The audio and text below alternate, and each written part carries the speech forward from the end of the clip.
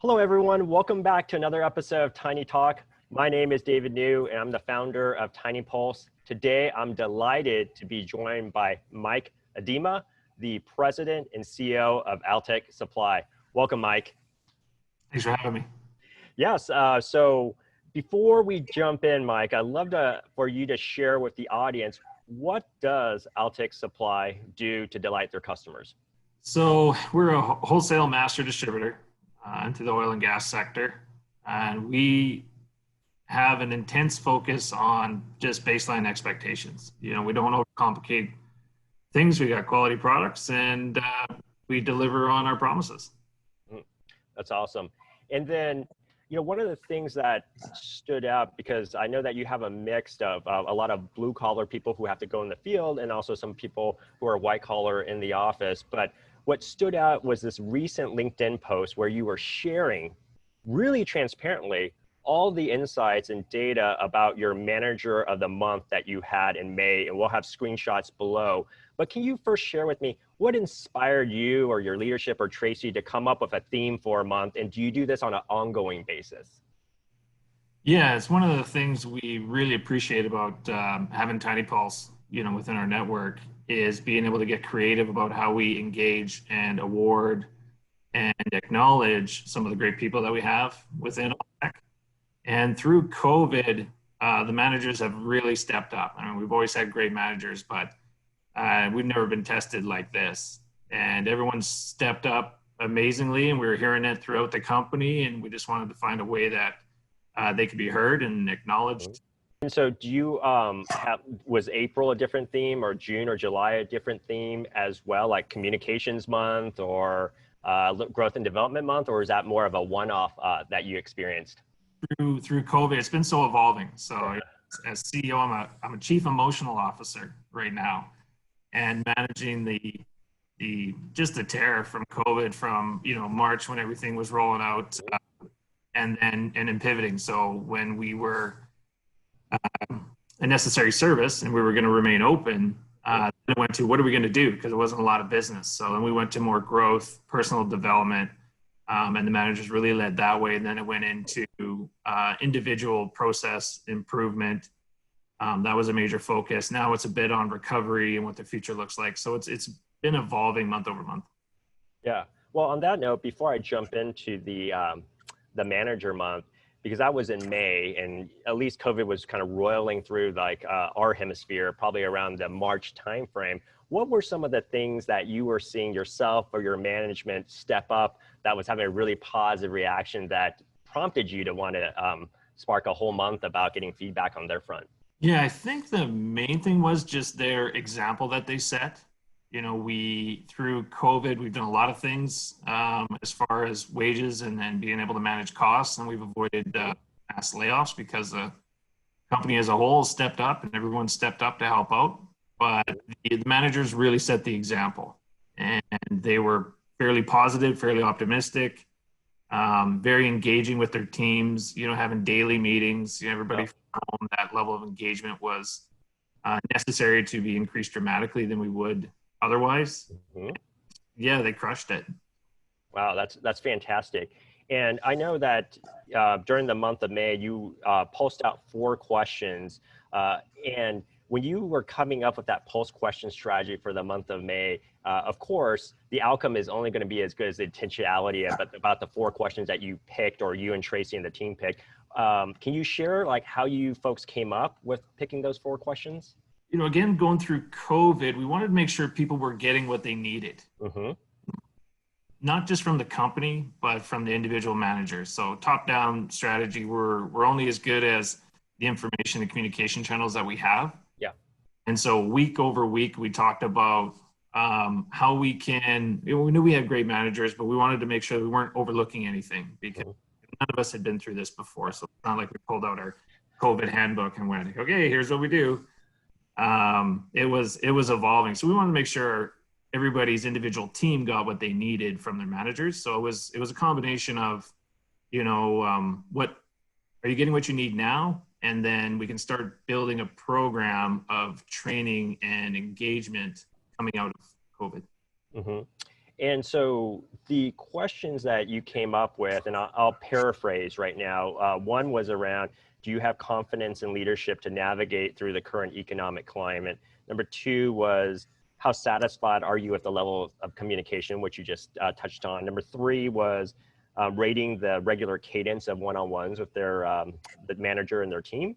And the last one was, were they receiving adequate level of feedback regarding their performance? And like I said, the screenshots are all below, and all of them are off the charts positive. Of the four, which one really surprised you the most, that you were hoping for good results, but you're like, wow, that's really great? I think it was on the meeting cadence. The third question, they were all, I was impressed by all of them, to be honest. They're all pretty surprising, but we have been encouraging and harping as a company for a long time the importance of one-on-ones and the importance of engagement, and we have a great culture, and we want to keep strengthening that and put more intention into directing that culture, as opposed to historically just having great people and it worked out. But the third one was surprising, because you never it impressed me, because you never think we're doing enough, and you kind of always like, we could do more, you guys should be doing more. But yeah, to get that positive level of feedback from everybody, it just checked the box of we're doing it right. It was a nice surprise. Yeah. And then what type of, when you got those results for that month, did you also have a meeting to share the results back to the team so that they could see what their colleagues thought as well? Yeah, we just told the managers the feedback was terrible, so they keep trying harder. We got really good rapport within our management team, and we were meeting monthly through COVID. I mean, we still are meeting monthly, but we were meeting weekly through COVID. And then on our monthly meetings, we shared the results and gave proper accolades. Yeah. And did you also then cascade it down to the employees on the front line as well, what those results were, or did you isolate it primarily at the managers? Yeah, so one of the things we did through COVID, we had a monthly newsletter prior to that, and then through COVID we went weekly, everything was changing so fast through March and April, and then we published the results weekly in that newsletter. Got it. And then so of these results, was there, you talked about the one that you were most surprised about, but is there one that you're the proudest of? Because maybe this is for some organizations, they've realized that they want to really focus on an area, they put some programs in place and they really lean in hard on it, and then they're able to see the fruits of their labor. So I'm just curious, was there one of the four that really popped out that you're like, wow, we were really able to make a difference there? I think the first question was, that's more directed at me and leadership. So that one I appreciated, because we put a lot of time and energy into communicating, what we were doing as a company, as management, and then trying to give everybody hope. If you go back to then, it was stockpiling toilet paper. I remember that. Mass fear. It was pretty wild. So you go back to Adizi's hierarchy of needs, and we go back to level one, right? Yeah. Clothing, shelter. So we started there from a communication standpoint. So to get that kind of confirmation from the staff that we were knocking it out of the park meant the most to me. Yeah, no, that was amazing at a 9.0. And then one that really stood out to me was the one around rating the regular one-on-one meeting with the manager. The benchmark is 6.7, which is one of the lower benchmarks in the Tiny Pulse kind of question bank. But you folks were 8.7, which is like 30% higher than that. Is that an area of focus that you've invested in, or why are you so high? That's like top percentile there. Yeah, that one, we've been working on our one-to-ones for quite a while. So, member in tech, or Vistage as it is in the US, and the value that I've gotten from the one-to-ones is exceptional. We're very happy to find, platform in Tiny Pulse where we can control, and not control, but, manage and schedule and maintain a certain one-to-one routine. Mm-hmm. I think it's just from having that platform, being able to have the consistency. Yeah.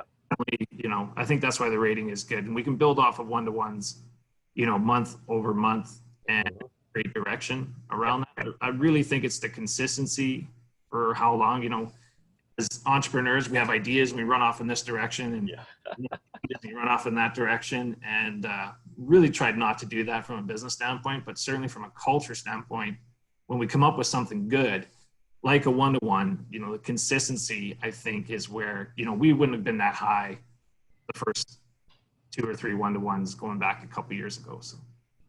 Got it. Well, that's great. You've gone down that journey and the results speak for themselves. And for other people out there who want to get better at their one-on-ones, which almost everyone does, what is a consistency expectation that you have between your managers and their team? I think every business is different. For us, we are a day-to-day sales company. Mm-hmm. Our meeting cadence needs to be pretty regular. Okay. You know, if you're designing bridges and you know you're on the engineering side and it's pretty slow progression and it's a project that takes years, maybe don't need to meet monthly or weekly. But for us, that is what steers the meeting cadence for us. So monthly. Yeah, and a lot can change. We're in oil and gas, so it's been a roller coaster for a long time. Yeah, and you definitely strike me as a humble servant leader, and of course, the culture is a accumulation of our team and people. And I saw that in your post as well. You have the cheers senders and receivers, right? So I'm curious for like the cheers senders, like Chris, Norman, and Rod, and the receivers, Izzy, Rod, and Andrew. Does that surprise you at all that they would pop to the top, or are they just that type of personality that lives it out on a pretty regular basis, so that they give recognition, but they also receive it accordingly? Yeah, the two seem to go hand in hand. And those are the personalities. There's no surprise there. Those are the guys that, a couple of the guys that are leaders in the company. Mm-hmm. And Izzy is actually our receptionist. Oh, wow. But she's not your average receptionist. You know, she's fantastic. She's fully integrated to the culture. She's, you know, she does a great job bringing everybody together the moment they walk in the door. Mm-hmm. No surprise there, but more a personality side of things. And we've focused our hiring on that over the years. And a lot of people, its most common used word is culture, and it can lose its meaning over time if you don't really know what your culture is and what personalities you're trying to hire. Yeah. So we're just hiring good people that are, you know, genuine, and being a family company, you know, it's important to us to hold true to those family values. Yeah.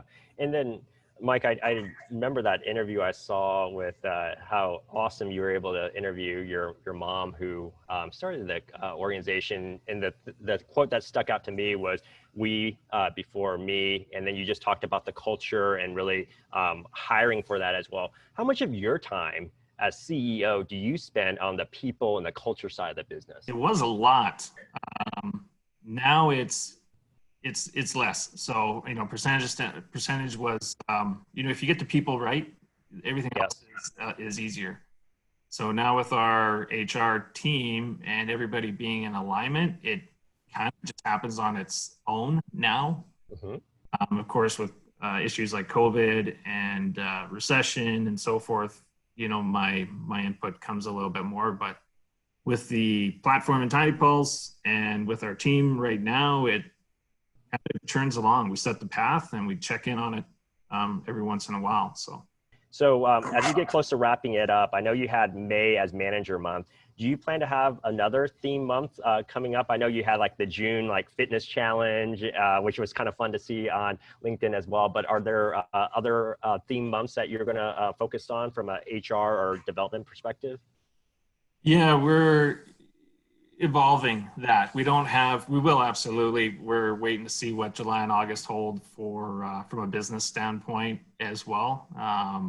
So yeah, we'll come out with more. We're taking July off. We're having a town hall meeting, so we're using Tiny Pulse to you know, find out what people want to know about, and of course, a lot of COVID, more COVID questions. You know, chance of a second wave coming? What's our plan? Yeah. So it's been great from that standpoint. So July is more of a realignment month, and then August will be more about summer, enjoying time with families. Yep. And September, October, we'll be back to work. Got it. So then the last wrap-up question that I'd like to ask is, if we could go back in a time machine to like Jan 1 before, you know, COVID was really going, really spreading, and you could whisper to yourself like words of wisdom or some advice before this all started, what would you tell yourself about 6-7 months ago? Oh man, prepare for hell.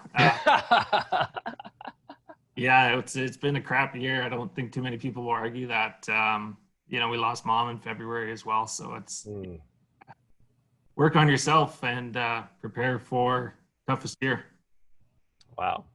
Well, luckily for you and your team, you know, you're at the helm. And it sounds like you're focused on it, increasing the transparency, and it not only do you talk the talk, but you walk the walk and see the results below. So Mike, thank you so much for sharing your words of wisdom with the people on this journey with us. Thank you. Thank you.